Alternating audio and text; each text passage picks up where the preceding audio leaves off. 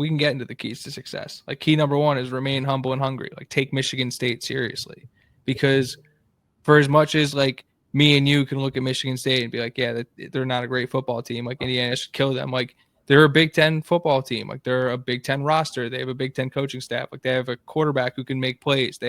We saw what a 1 year younger Aiden Childs and Nick Marsh were able to do to Indiana on the opening drive last year. Now I know that game was on the road for Indiana, at home for Michigan State, but like those guys can burn you. You can get hurt in this game, but if Indiana takes them seriously, like this should be a really nice showcase and really nice recruiting weekend for them.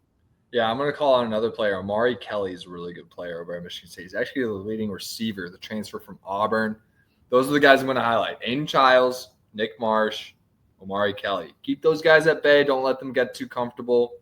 We have the matchup to get it done. Shouldn't be too big of an issue. A very suspect defense, like I said, 24 on Youngstown State. This is not a Youngstown State offense that's going to be rolling through in Bloomington this Saturday.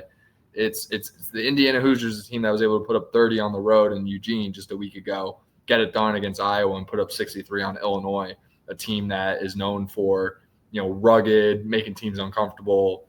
Didn't matter to them. That was Indiana's last home game, was the Illinois game. It's been so long. Jumping. Yeah. The Rock will be packed for sure. People are chomping at the bit to get back. It's going to be a great game. I have friends going. We're obviously going to the next week. But yeah, it's gonna be rocking. We're gonna have boots on the ground. I'm gonna have insider agents there. It's gonna be awesome. And I think we just got to keep those weapons that they have at bay, and it really shouldn't be too big of an issue. Fun fact: last 7 games, the home team is 0-7 against the spread in this matchup. Interesting. I like that to change. I like that to change in a big way. I think trends are meant to be broken, and this feels like a perfect spot for that to happen. Just considering what happened last year, right? It's they come out hot, 10-0. First time the team sees adversity all year, what do? They rattle off 47 points. This team is better than that team talent-wise. They probably have better intangibles as well, just considering what they were able to do at Oregon. Fernando Mendoza, like this isn't a knock on Curtis Rourke. Like this is just praise for Fernando, right? Like that kid is wicked up in the brain, right? And he's gonna be the number 1 pick, Brad. I don't like I'm I don't hesitate saying that. Yeah, and these boys are gonna be humming. Defense is gonna get after it, right? It's gonna be a big game for Sharp and Farrell and all those guys. Not to let Kelly get past and make a big play, and Pons to shut down Marsh, and Sharp's probably gonna be matched up with Marsh as well. I don't think this is like as good as those guys are.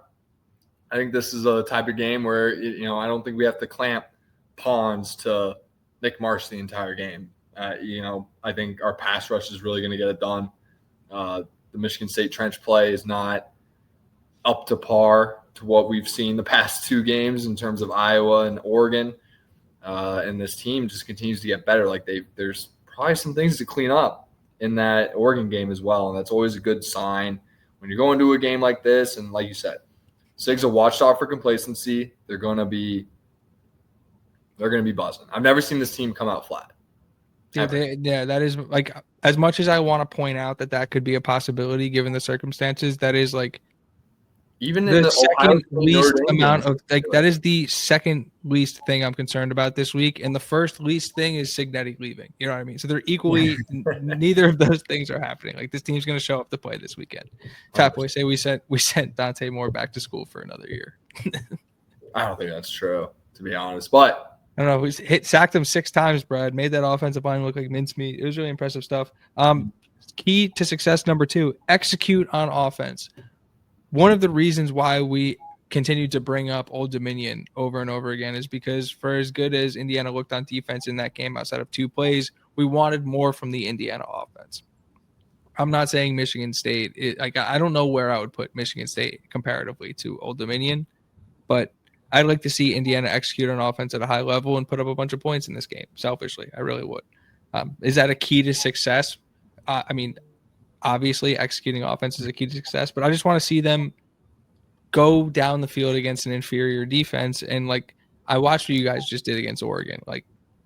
go do the same thing against Michigan State and see what the score ends up being.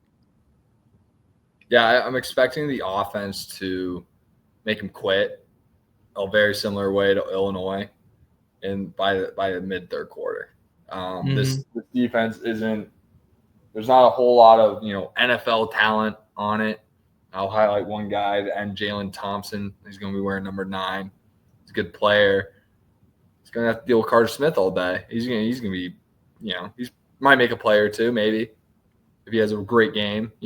Even if he has a great game, right? It's not like he's going to absolutely wreck the game for this team. They're going to figure out ways, screen game, RPO, or just run it down their throat, or run some spread pass game. Like they can do anything against this defense, and it's the results on the field for Michigan State paint that story very explicitly, that Indiana is going to be able to move the ball at will.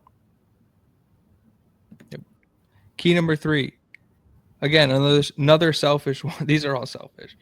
Display wide receiver depth. We talked about the rotation shrinking, especially in hostile environments. We believe they have a lot of talent there.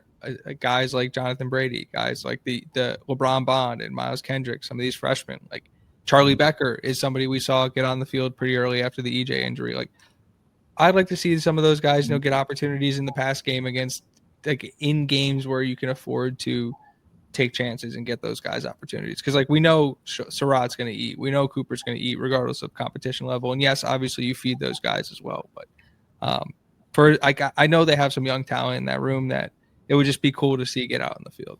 One thing that I almost forgot about, they threw a deep ball to Charlie Becker in the Oregon game. Tried to get him a tutty. Did you see that? Yeah, that was great play by the Oregon DB. But I would love to see specifically Charlie Becker and Johnny Brady. The more those guys can get touches and step up into this offense, I think for the better, right?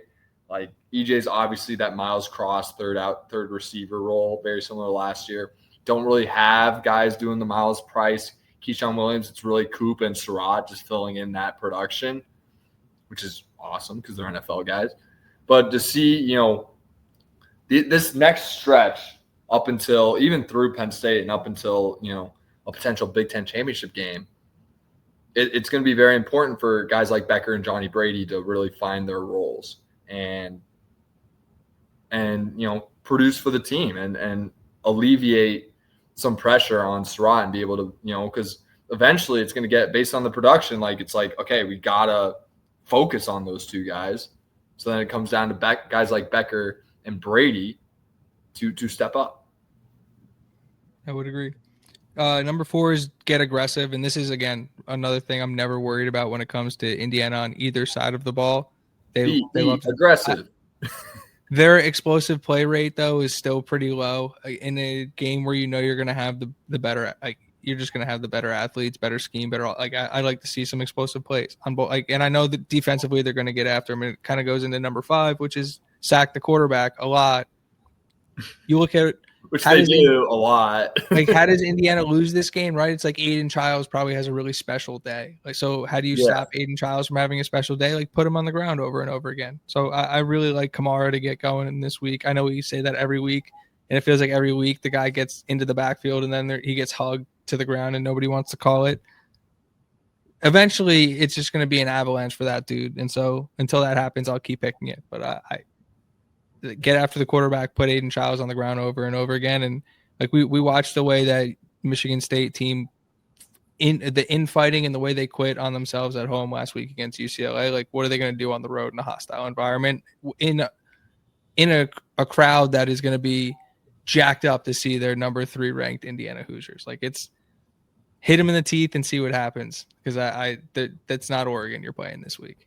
Yeah, it's going to be tough sledding, and it's actually a really tough matchup for Michigan State because, we get knocked for having a small defensive line, which might be true, but what it creates is a more athletic defensive line, right?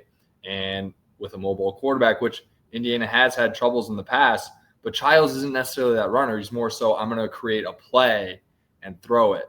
Having guys like Tyreek Tucker and Landino in the middle with freaks like Kellen Wyatt outside, it's going to be tough for him to do that. And he's not going to be able – it's not going to be like last year for him where they're able to be comfortable for an entire quarter for what it seemed. Do you have a score prediction? Score predictions are about to get really fun these days. Yeah, these next couple of weeks they get very, very fun.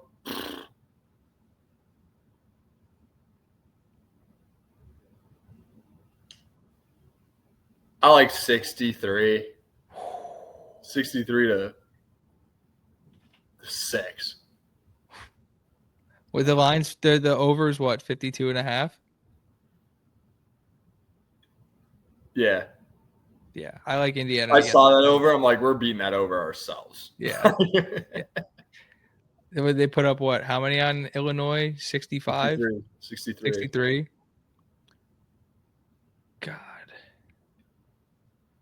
I feel like Illinois is a better. You can't do football transitive property, but like, are they going to beat Wisconsin by 100? You know what I mean? Like, it's really hard to do. Like, what's tough about this team is that they're going to have a lot of games where they're going to have to like bench their starters for the fourth quarter, and yeah, which isn't a bad thing. A lot of that, and I'm very confident in saying that just after seeing like what I think has been the toughest stretch in college football so far, and what we had to deal with Illinois, at Iowa, at Oregon, and handled that 3-0, which is astronomically impressive. Like, just unbelievable to get that done. Well, not like unbelievable, just like very impressive, right? I'm going to say Indiana. I think Indiana, if they get into the 70s against Michigan State, is going to score 80 this year against Wisconsin. And because I'm a sicko and I want to see it, I think they get into the 70s. I'm going to say it is 70. God, that's so many points. They would have to score 10 touchdowns. It's a lot of tutties. So many touchdowns. Fuck it. I'm doing it. I'm going to say 70-3. Yeah. I'm going to say 70-3. I'm going to say 63. I'm going to change your mind. It's not 6, it's 7. Because I don't see them driving down the field twice, but I do. Childs and those, I'm going to give those quarterbacks and receivers some credit. I think they're going to score a touchdown. But that's it for them. Yeah. I just feels comical to say, but like they just gave up 38 points at home to a UCLA team that is literally still figuring out who they're like. They don't even have a coach. Just gave up 40 points at home. Dude, they went through a stretch of Illinois, Iowa, and Oregon and gave up 3 total touchdowns. That's what I'm saying. And the team they're playing just gave up 40 at home to UCLA. Yeah. Yeah, it's not rocket science. It is not rocket science. No, it's going to be great having this type of confidence because we know, like, we're being rat poisoned right now. Is what we're doing. Yes, but we can do it because I know for a fact that Sinead's like, fuck these guys. You know, you're not shit. You know, these guys are gonna be fired up. Like, they have bigger goals in mind than just being hyped up by Goom and Alec Keez around. Dude, they haven't won shit yet. They won a regular season Big Ten game. Like, oh yeah, like Fat Boy saying in the chat, like mandatory to bench them if we're thinking Big Ten title and playoffs. Like, I full blown agree. Like, that is the goal. Like, changing public perception and all that good stuff is like great for recruiting, but like if you're talking about the individual goals of this 2025 Indiana Hoosiers football team, like who gives a shit what anybody else outside that room is saying? Like, they control their own destiny. You win out the rest of your football games, you're playing in the Big Ten title game. Like, you'll be in Indianapolis regardless of who's across from you. And it looks like it's going to be Ohio State, and that would be an epic matchup. And then if you are an undefeated team playing for the Big Ten title, you're a lock for the playoff. So then you're in, and then it's about figuring out how to survive that gauntlet. But you just want to be able to be in the conversation, and then being able to recruit off this momentum and bring in people for the Michigan State game, which like the list of guys is starting to come out and like who's going to be attending this weekend and like some exciting names on those lists. And then you look at like what they're going to be able to do for a UCLA game where they still haven't even announced the time for the game yet. And I'm thinking that might end up being like, is that going to be a CBS game for a little Neuheisel family?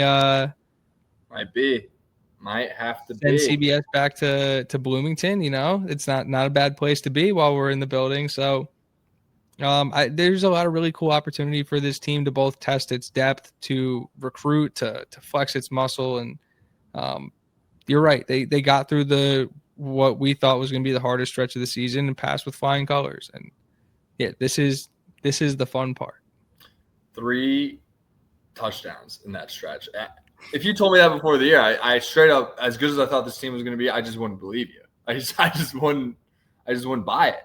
Like I was just like, there's just no way that they play at that level. It's just, like that's just like Bama. That's Bama type shit. Like I'm not. Yeah, that's what Bama used to do. Yeah, that's as good a defense as there is in the country. Yeah, 100%. Caleb Boggs, great shout out. December 6th could be an awesome IU sports day in Indy. Indiana is playing Louisville at around 2:30 local time in Gainbridge Fieldhouse, and then the Big Ten Championships at 8:30 that night. Could be an epic day to be a Hoosier. I mean, the dream has always been to get to the Big Ten title in Indy because that becomes a home game for the Hoosiers. Yeah. And the Big Ten title, it looks like, and I mean, I don't know how true. Why they've had to move it to Vegas. Exactly. They're about to move it to Vegas was going to be my point. So it's like, yeah, get there before they move it to Vegas, take advantage of that home field advantage. And yeah, that could be an all-time sports day in Indy. But that's way too far ahead. They got Michigan State in front of them, and Brad and I just both think they're going to boat race Michigan State. It's awesome that, like, I'll say this, and to round off the Michigan State talk and to kind of put a bow on this, and then we could run the slate if you want to. The last time I was in Bloomington, Indiana was October, I believe, of 2021. It was for homecoming that year, and it was the Ohio State game. And I sat in the rain and watched Ohio State beat Indiana 50-6. And now for homecoming this year, they're 27-point favorites in a rivalry game. And we both just picked them to win by 60 plus. We probably picked them to win by a combined score of like 130 between our two scores. Unreal. Like it is. I will not take for granted what we're witnessing as Indiana football fans. I just won't. Like this is a special time. These things don't happen, and I just, again, for someone who just spoke for an hour and a half, I feel like I still struggle to find the words to explain how it feels to be an Indiana football fan in 2025. But God damn it, here we are. Dodgers, Hoosiers, Bears. It's all looking good for me. Right hey, now. It was summer of Brad. Now it's the fall. It's the month of Brad, and I don't know what's next, but it's scary hours if you're an enemy of Brad right now. Scary hours.